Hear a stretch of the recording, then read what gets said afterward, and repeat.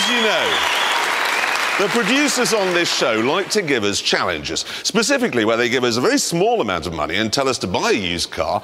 Then they set unbelievably hard tasks to do to see which one of us got the best deal. Yeah. This week, for a Top Gear special, they came up with a real humdinger. They gave each of us 1,500 quid and told us to go to Africa and buy a car. Yeah, and there were just two conditions. It mustn't be four-wheel drive, and it mustn't be built in any way to go off-road.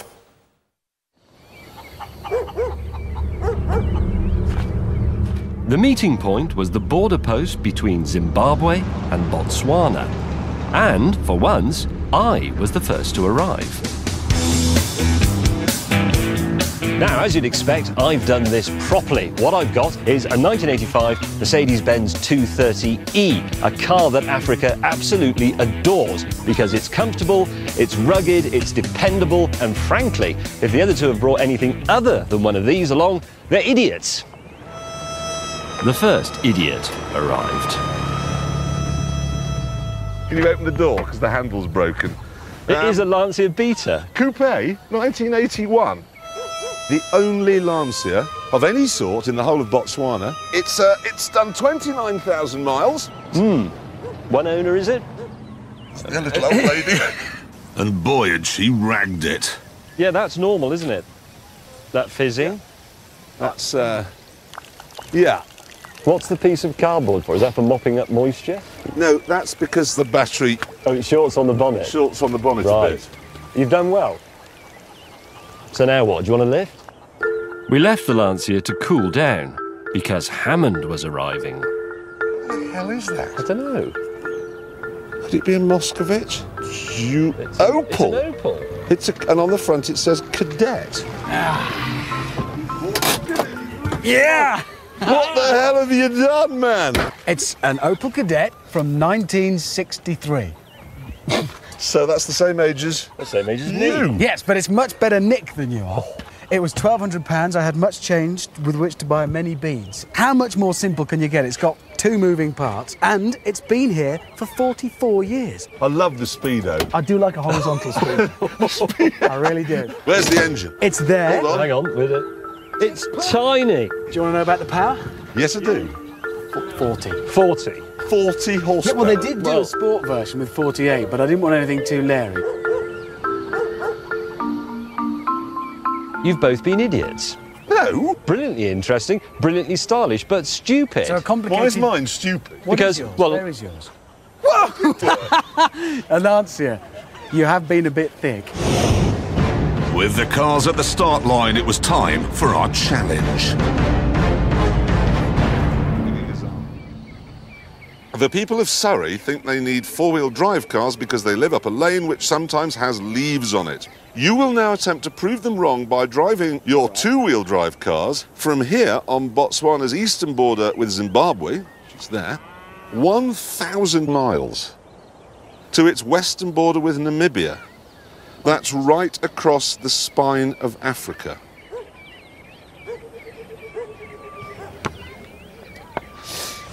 I'm confident. I wasn't. We hadn't even started and the Lancia was playing up.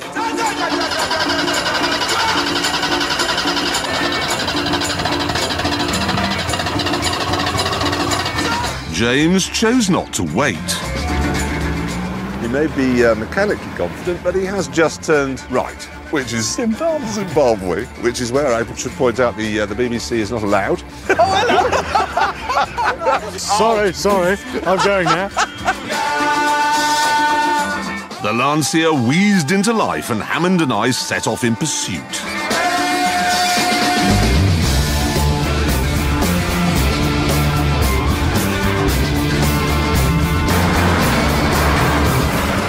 If you think of the cars that this inspired, it was latterly built in Russia, where it became the Moscovich, which was rubbish. And of course, indirectly, the Vauxhall Astra. Quite a lot of reasonably average cars owe themselves to this. I don't know if you know, but Africa is really quite large. And when you're out in a very remote part, you need a car like this that can be mended with a brick and a piece of string. What you have to remember is that 3 of the most rugged and successful rally cars ever made were Lancias. The Stratos, the 037 and the Delta Integrale.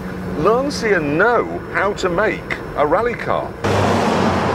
Unfortunately, on the day my Beta Coupe was made, they obviously forgot everything. The gearbox is broken, the steering's broken, the windows broken. In fact, we all had problems. Everything works except this knob, which controls the blower. I've got to have the windows open because there's quite a strong smell of petrol. And that mirror over there, which is actually slightly stuck. Hazard warning lights, the clock, the fan, the handbrake, all of the dials. The brakes are terrible because they only work on that wheel. They work very well on that wheel, but only on that wheel. And that instrument's a bit wobbly. But apart from that, everything that's actually important to the car works perfectly. Apart from the handbrake, which I can pull like this as we go along. Nevertheless, because we were on tarmac roads, we decided to give our cars a shakedown. Building up speed now. When it was made, this car had 116 horsepower. Top speed, 115 miles an hour. Here we go. Doing 100 kilometers an hour, more. Right, I'm going to overtake the truck. Here I go. He's pulled out of its slipstream. Well, it's really coming up. 105. Still truck. 105. Still truck. 105. 3,000 revs, 3,500, pulls cleanly. Hang on a minute. It's got no 5th gear. Somebody's put the knob from a 5-gear model on it. This is just the happiest car in the world. I should call it Oliver. Not that we'd ever name a car on Top Gear. I wish I hadn't said that. It's now 10:05 in the morning and it's starting to get quite hot. I've got an idea.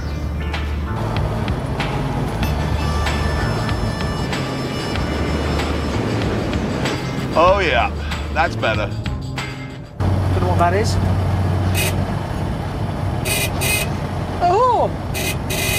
Oh, Oliver, you've got a cold. Listen. We were having fun, but then we discovered we were travelling with Bill Oddie. What have we stopped for now? Bee-eater. It's a bird. It was a bee-eater. And it's green. How many bee-eaters have you ever seen? It was a green with a blue tail. It was absolutely beautiful. And you frightened it off with your stupid hat. I think that's a bit harsh. It was his hat. So we stopped to look at another bird. What's that one then? What one? Bird in the top of that tree. James, you're encouraging. What tree? That tree. James. Well, I'm 30,000 pointing. trees, That yeah. one that I'm pointing at. That There one. isn't a bird at the top. There is. Top left, sticky up bit. There's a red one. Red one what? It's a leaf, you blithering idiot. It's a bird. There is no bird in that tree. They're leaves. There is no bird in that tree. No, I can see it as well, the red one. On the top, there is a red yes, I bird, saw that in a little. book. You go over and have a look. About the size of a sparrow. There isn't a bird in the There's tree. a red I one can in that see tree. it. There's a red isn't. bird in that tree. It's got a bit of yellow on it. That might be a leaf in front of it, actually. No, it's predominantly red. It's and it's predominantly a in that tree. leaf. Listen, lend me the binoculars. I'll find it.